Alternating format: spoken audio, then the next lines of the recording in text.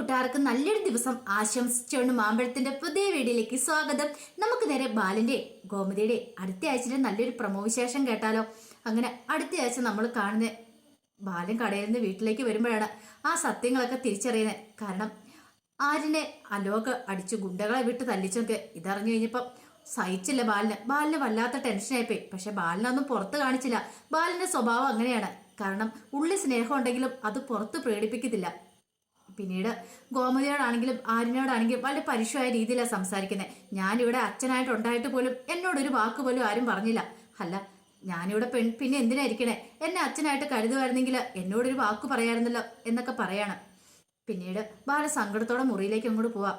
ഇത് കണ്ടതും ഗോമതിക്കും വിഷമായിപ്പോയി. കാരണം ഒരു തെറ്റും ചെയ്യാത്ത ആര്യനാ. പക്ഷെ പറഞ്ഞിട്ട് കാര്യമില്ല. ബാലയുടെ ചീത്ത പറയുമ്പോൾ തനിക്കും അത് കേട്ടോണ്ട് നിൽക്കാനേ പറ്റുള്ളൂ. ആര്യനെ സപ്പോർട്ട് ചെയ്യാൻ പറ്റില്ല. അങ്ങനെ സപ്പോർട്ട് ചെയ്തിട്ടുണ്ടെങ്കിൽ അവിടെ ചോദ്യം ഉണ്ടാവും. നീ എന്തുകൊണ്ടാ അവനെ സപ്പോർട്ട് ചെയ്യുന്നത്? അപ്പൊ നിനക്കും ഇതിനകത്ത് എന്തെങ്കിലും ഒരു പങ്കുണ്ടല്ലോ എന്നൊരു ചോദ്യം വരും. അതുകൊണ്ട് ഗോമതി കൂടുതലൊന്നും പറഞ്ഞില്ല.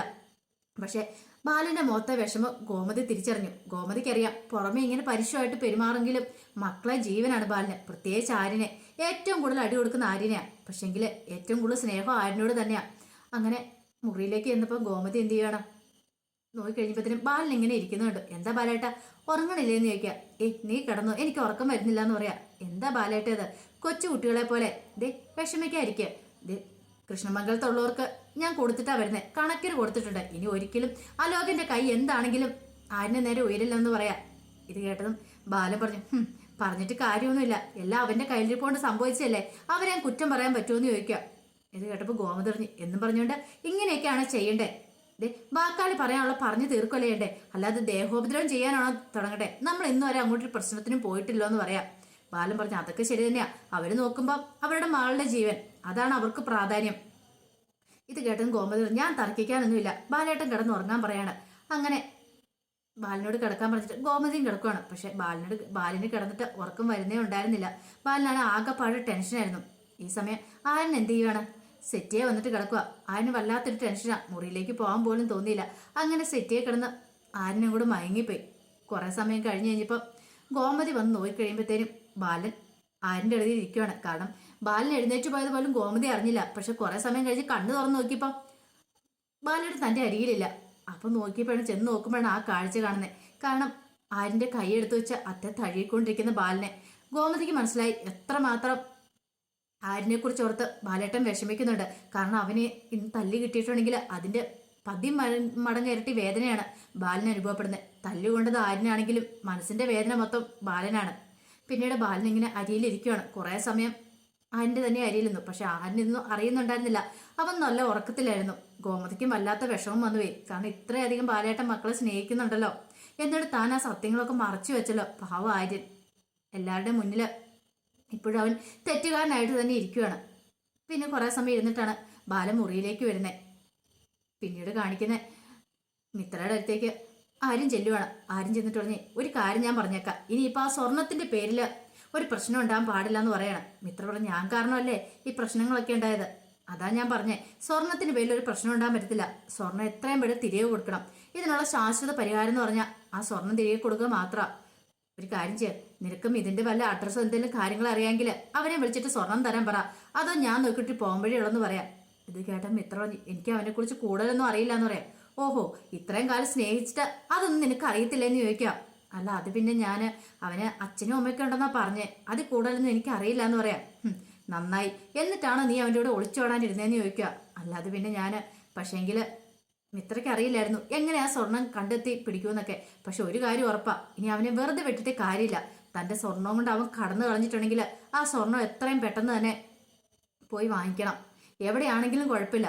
അല്ലെങ്കിൽ ആര്യൻ്റെ തൻ്റെ ജീവൻ അപകടത്തിലാണ്. തനിക്ക് എന്ത് സംഭവിച്ചാലും കുഴപ്പമില്ല. പക്ഷെ ആര്യന് ഇന്ന് തന്നെയാണെങ്കിലും അലോകൻ ആ ചെയ്ത വളരെ മോശമായ രീതിക്കാണ് പെരുമാറിയിരിക്കുന്നത്. ഇനി ഒരു പക്ഷെ നാളെ അങ്ങനെ ഉണ്ടാവരുത്. ആര്യൻ്റെ ജീവന്റെ ഭീഷണിയാവരുത്. താൻ കാരണം ഒരു അപകടവും സംഭവിക്കരുത്. അങ്ങനെ തീരുമാനിച്ചുറപ്പിച്ചാണ് മിത്ര കിടക്കാൻ തുടങ്ങുന്നത്. പിന്നീട് രാവിലെ തന്നെ കോളേജിലേക്ക് പോകാമെന്ന് പറഞ്ഞ് മിത്ര ഇറങ്ങി. പക്ഷെ മിത്രയുടെ മനസ്സിൽ വേറെ പല ചിന്തകളും വരുന്നുണ്ടായിരുന്നേ. മിഥുനെക്കുറിച്ച് അറിയണം, അവിടെ ചെന്ന് സ്വർണത്തെക്കുറിച്ചൊക്കെ ചോദിക്കണം, അങ്ങനെ ഒരു ചിന്തയില. പിന്നീട് മിഥുന്റെ വീട് എവിടെയാണെന്നും അങ്ങനെയൊക്കെയുള്ള അറിവൊക്കെ മിത്രയ്ക്ക് കിട്ടുവാണ്. അങ്ങനെ മിത്ര എന്ത് ചെയ്യുവാണ്, വീട് അന്വേഷിച്ച് അങ്ങോട്ട് പോവാണ്. വീട് അന്വേഷിച്ച് ചെന്ന് ഇപ്പം മിത്രയ്ക്ക് സംശയം ഉണ്ടായിരുന്നു മിഥുൻ വീട്ടിൽ കാണുമോ അതോ ഇനിയിപ്പോൾ വേറെ എവിടെയെല്ലാണെന്ന് അറിയത്തില്ല. അങ്ങനെ മിത്ര നേരെ മിഥുൻ്റെ വീട്ടിലേക്ക് ചെല്ലുവാണ്.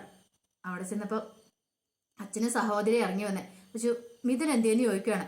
മിഥുൻ എന്തെന്ന് ചോദിച്ചു കഴിഞ്ഞപ്പോൾ അവരോട് മിഥുൻ ഇവിടെ ഇല്ലയെന്ന് പറയണം. ഇത് കേട്ടതും മിത്ര പറഞ്ഞു എനിക്ക് മിഥുനെ കാണണമെന്ന് പറയാം, അല്ലെങ്കിൽ മിഥുൻ്റെ ഫോൺ നമ്പർ ആണെങ്കിലും തന്നാൽ മതി എന്ന് പറയാം. ഇത് കേട്ടപ്പോൾ ആരാന്ന് ചോദിക്കുക. അതൊക്കെ ഞാൻ പറയാം, എനിക്ക് ആദ്യം അവൻ എവിടെയാണെന്ന് അറിയണം, അല്ലെങ്കിൽ അവൻ്റെ ഫോൺ നമ്പർ ഇങ്ങനെ തരണമെന്ന് പറയാം.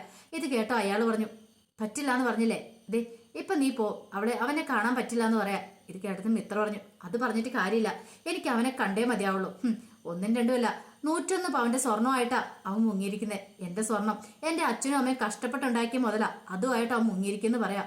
ഇത് കേട്ടതും അവർ പറഞ്ഞു ഓഹോ അപ്പം നീ അതിനു വേണ്ടി വന്നാണല്ലേ എന്ന് ചോദിക്കണം. ഇറങ്ങി പോടി വീട്ടിൽ നിന്ന് പറഞ്ഞുകൊണ്ട് മിത്രനെ അവരവിടെ നിന്ന് അടിച്ചിറക്കണം. പക്ഷെ മിത്ര പോകാൻ കൂട്ടാക്കില്ല. എൻ്റെ സ്വർണം തരാതെ ഞാൻ പോകത്തില്ലെന്ന് പറഞ്ഞിട്ട് മിത്ര വീണ്ടും അങ്ങോട്ട് കയറാൻ തുടങ്ങി. പക്ഷെങ്കിൽ അവർ മിത്രനെ ബലമായിട്ട് പിടിച്ച് പുറത്തേക്ക് തള്ളുവാണ്.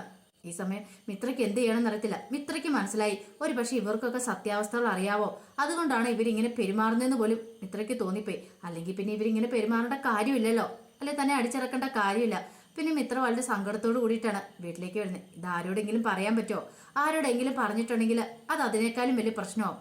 ഈ സമയം ആരിന് തല്ലി കൊടുത്താൽ പ്രതികാരമായിട്ട് ബാലൻ ചില തീരുമാനങ്ങളൊക്കെ മനസ്സിലെടുത്തിട്ടുണ്ടായിരുന്നു. കാരണം അലോകിന്റെ കൈയാണ് പൊങ്ങിയിരിക്കുന്ന ആരിന് നേരെ. അപ്പോൾ ഒരു കാരണവശാലും ഇനി അവൻ കൈ പൊക്കരുത്. പിന്നീട് ബാലൻ കടയിലേക്ക് പോവാണ്.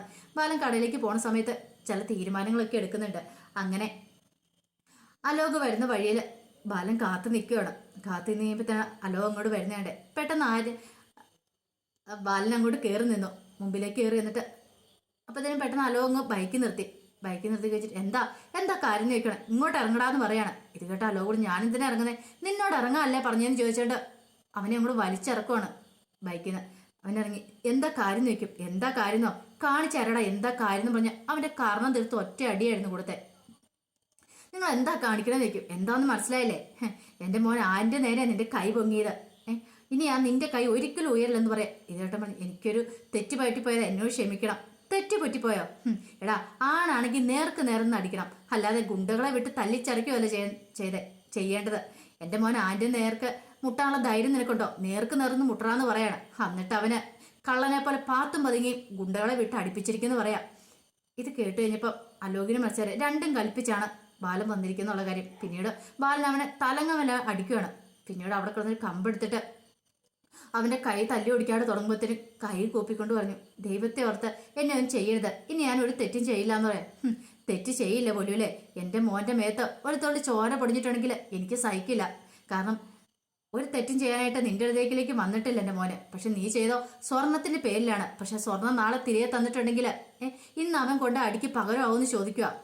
ഇതേ പിന്നെ കണക്കുകളും പ്രതികാരം ചെയ്യാനാണെങ്കിൽ കുറേ ഉണ്ട്. പക്ഷെ അതൊന്നും ഇപ്പം ഞാൻ പറയുന്നില്ലെന്ന് പറയാം. കാരണം ബാലന്റെ ഉള്ളിൽ വേറെ എന്തൊക്കെയോ സത്യങ്ങൾ ഒളിഞ്ഞു കിടപ്പുണ്ട്. അത് ബാലനും അറിയാം, കൃഷ്ണമംഗലത്തെ മുത്തശ്ശിക്കും അറിയാം. പക്ഷെ ബാലൻ അതിനെക്കുറിച്ചൊന്നും അപ്പം പറഞ്ഞില്ല. പിന്നീട് പറഞ്ഞു ഇപ്പം നിന്നെ തൽക്കാലത്തേക്ക് ഞാൻ വിട്ടിരിക്കുന്നു, പക്ഷെ മേലാല് എൻ്റെ മകൻ്റെ നേർക്കങ്ങനെ നീ വന്നിട്ടുണ്ടെന്ന് അറിഞ്ഞിട്ടുണ്ടെങ്കിൽ നിന്നെ ജീവനോടെ ഭൂമിയെ വെച്ചേക്കില്ലെന്ന് പറഞ്ഞിട്ട് ബാലൻ അങ്ങോട്ട് പോവാം. ഈ സമയം പതുക്കെ ഏന്തി വരിഞ്ഞ് അലോക് അവിടെ നിന്ന് എഴുന്നേൽക്കുവാണ്.